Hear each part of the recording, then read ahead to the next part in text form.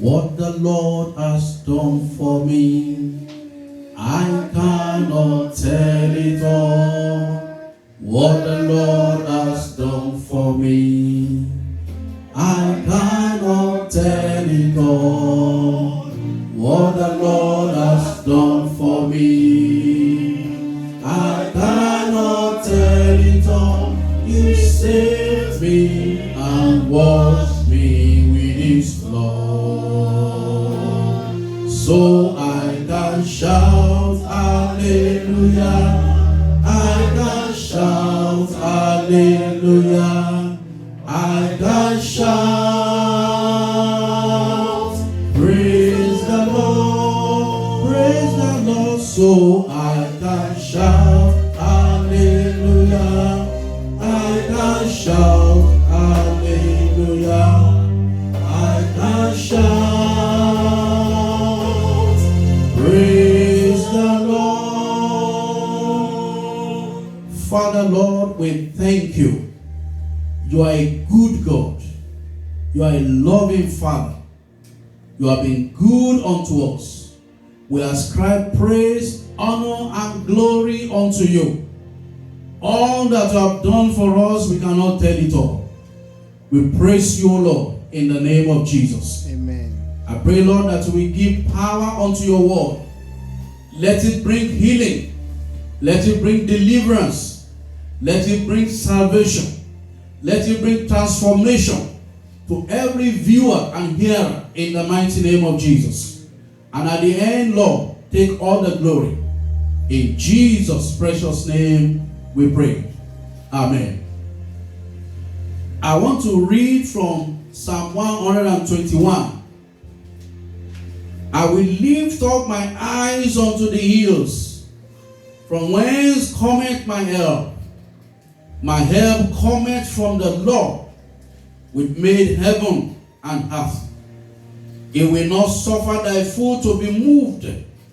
He that keepeth thee will not slumber.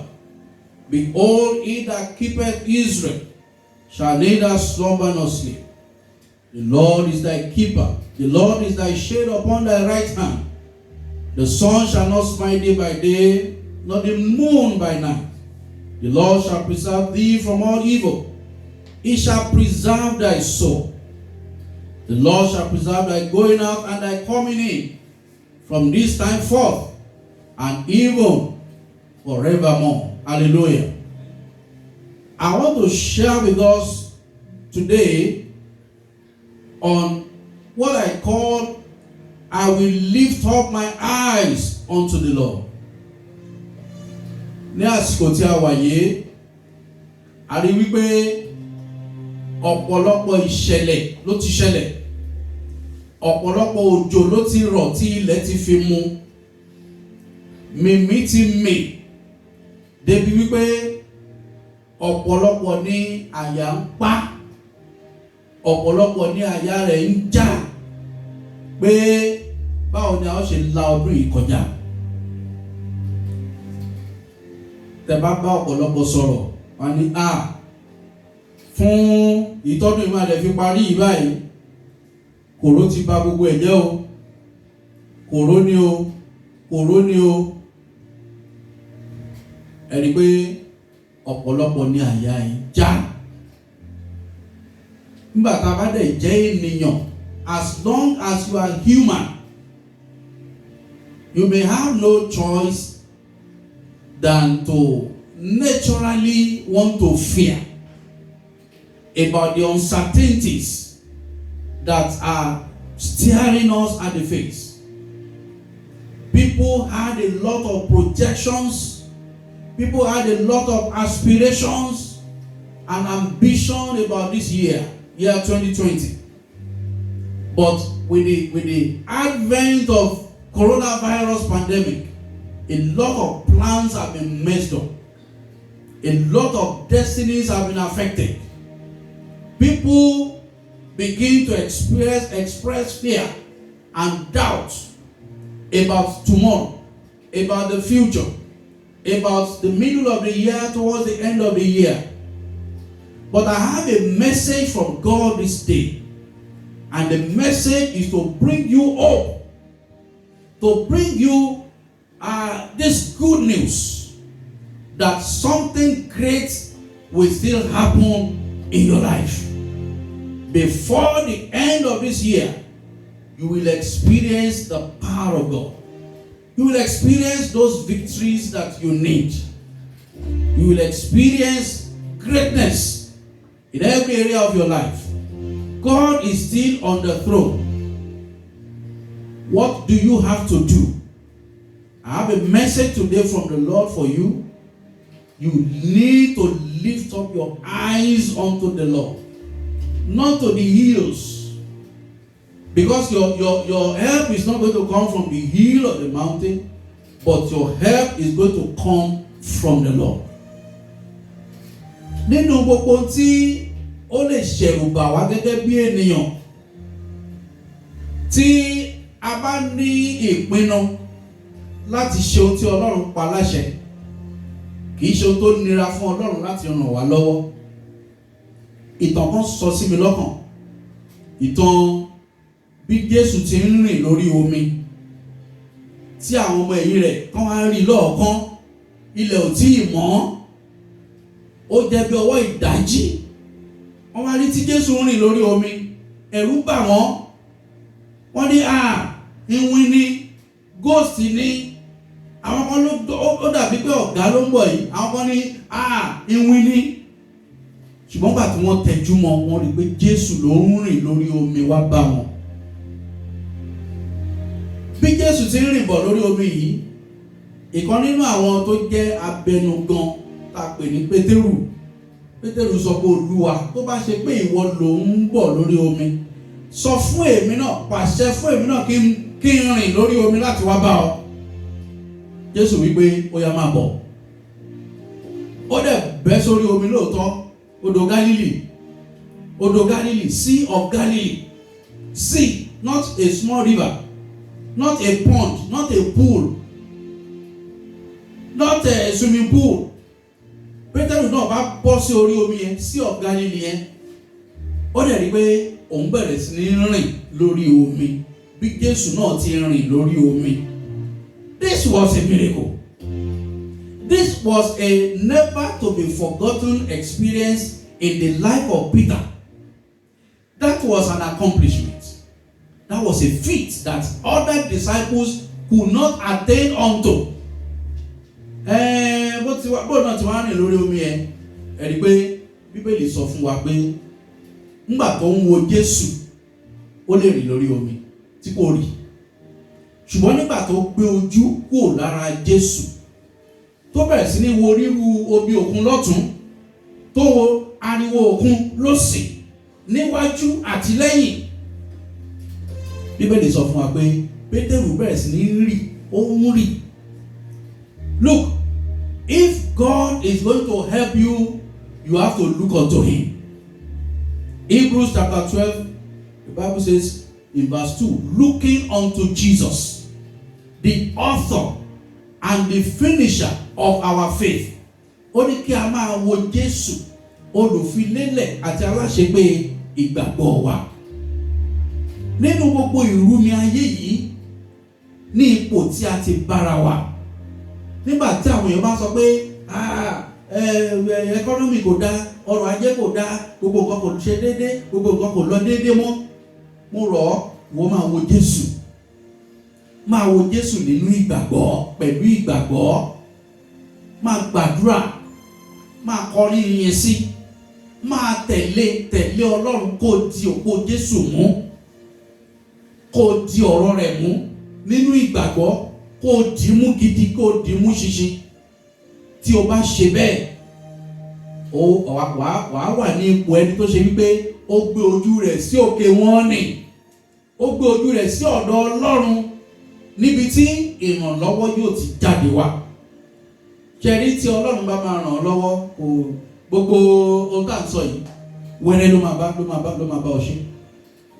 Orin kan ní wẹ́rẹ́ ló bá mi ṣe, wẹ́rẹ́ ló bá mi ṣe, ohun tí a rò pé kò ṣeé ṣe, wẹ́rẹ́ ló bá mi ṣe.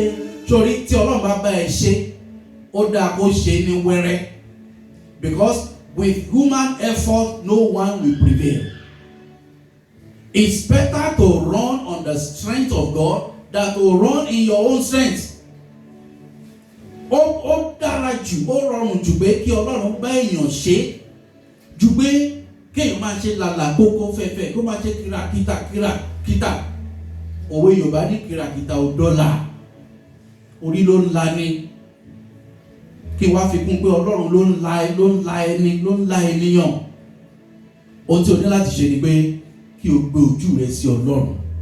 Nígbà táwọn èèyàn bá ń sọ pé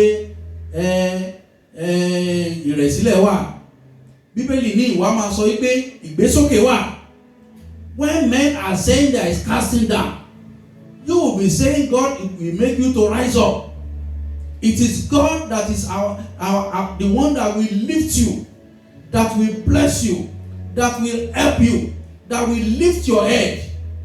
But God is looking out for one thing, for you to focus on Him. Ẹlòmíì nísìnyí, ó lè máa ro bí òun ṣe máa dọ́gbọ́n sọ̀rọ̀ ayé o.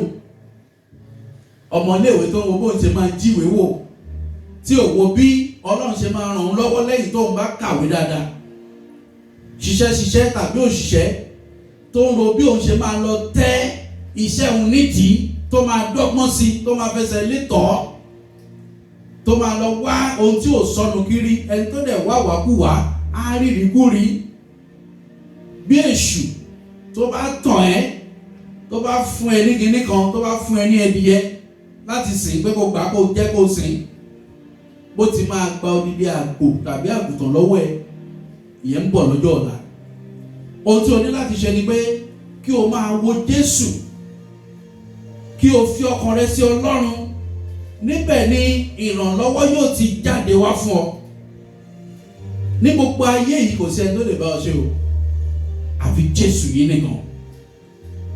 Mo fẹ́ ka ibì kan fún wa, Jòhánù orí 14 ẹsẹ̀ 16, John chapter 14 verse 26. But the Comforter, which is the Holy Ghost, whom the Father will send in my name, He shall teach you all things, and bring all things to your remembrance, whatsoever I have said unto you. The Holy Spirit of God is able to make you to experience God when you lift your eyes unto Him, when you focus on Him. The Holy Spirit is able to make you to experience the power of God. So what you see, mo fẹ́ ká tún ka Psalm 16 ẹsẹ̀ 11, Psalm 16 verse 11. Thou wilt show me the path of life.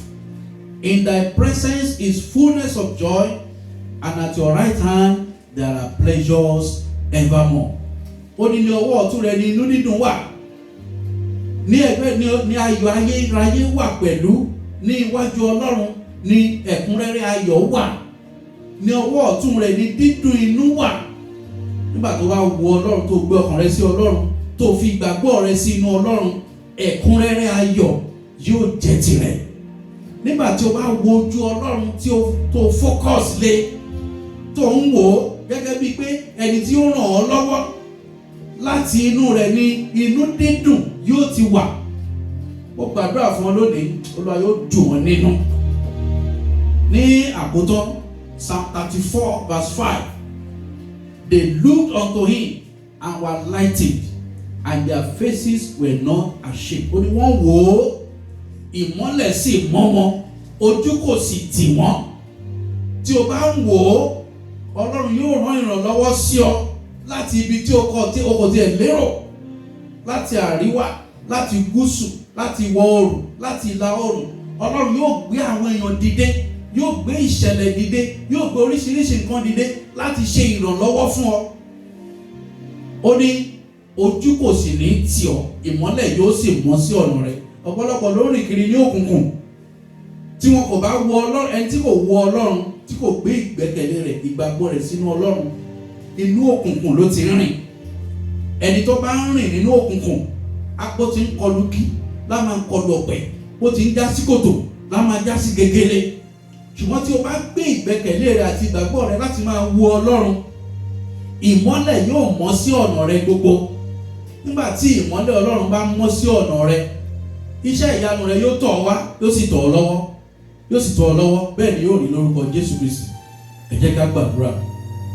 Kọ́kọ́rọ́ àṣeyọrí eléyìí tó ti sọnù lọ́wọ́ rẹ, tó ti bọ́ sọnù lọ́wọ́ rẹ fún ìdí kan tàbí òmíràn, agbára Ọlọ́run kó bá ọ ṣàwárí rẹ̀ lónìí.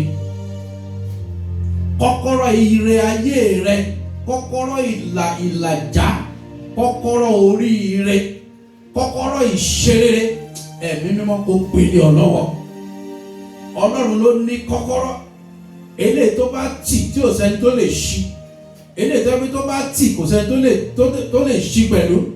Mo gbàdúrà kọ́kọ́rọ́ àṣeyọrí, ẹ̀mí mímọ́ kó gbélé ọ lọ́wọ́. Kọ́kọ́rọ́ ìtẹ̀síwájú, ẹ̀mí mímọ́ Ọlọ́run kó fi lé ọ lọ́wọ́. Gbogbo ilẹ̀kùn ire tó ti tì mọ́, ẹ̀mí mímọ́ kó ṣí wọn lónìí. Mo gbàdúrà fún ọ pé gbogbo ẹ̀bùn rere tí ọkàn rẹ ń fẹ́ lórí iṣẹ́ rẹ, lórí ọmọ, lórí ọkọ, lórí aya, lórí ọkọ ọmọ, aya ọmọ, lórí ẹbí àti ará rẹ, gbogbo ẹ̀bùn rere tí ọkàn rẹ ń fẹ́, ẹ̀mí mímọ́ kó gbélé ọ lọ́wọ́ lónìí. Ohun tí ó máa mú ìtìjú àti ẹ̀gàn kúrò nínú ayé rẹ, Olúwa kó ṣe nínú ayé rẹ lónìí. Gbogbo ibi tí ìtìjú àti ẹ̀gàn tó wà nínú ayé rẹ, ẹ̀mí mímọ́ kó palẹ̀ wọn mọ́ lónìí. Mo gbàdúrà fún ọ pé lónìí yìí ìmọ́lẹ̀ Ọlọ́run yóò mọ́lẹ̀ sínú ayé rẹ, ìmọ́lẹ̀ Ọlọ́run yóò mọ́lẹ̀ sí ọ̀nà rẹ gbogbo. Mo gbàdúrà fún ọ, ojú kò ní tì ọ́, ojú kò ní tì ọ́ lórí iṣẹ́ rẹ, ojú kò ní tì ọ́ lórí ẹbí rẹ, ojú kò ní tì ọ́ lórí ọ̀rọ̀ ayé rẹ, ojú kò ní tì ọ́. Mo gbàdúrà fún ọ pé inú dídùn àti ayọ̀ tí yóò kalẹ̀, Ọlọ́run kó ṣe nínú ayé rẹ. Ayọ̀ rẹ kó di púpọ̀, ayọ̀ rẹ kó jẹ́ àjẹmọ́nú, ayọ̀ rẹ kó bá ọ kalẹ̀. Bẹ́ẹ̀ ni yóò rí. Bákan náà mo gbàdúrà ní gbogbo ìhà, láti àríwá, láti gúúsù, láti ìwọ̀ oòrùn, láti ìlà oòrùn, Olúwa kó gbé ìrànwọ́ dìde fún ọ. Bẹ́ẹ̀ ni yóò rí lórúkọ Jésù Kristi Olúwa wa. Àmín. Remain blessed in Jesus' name.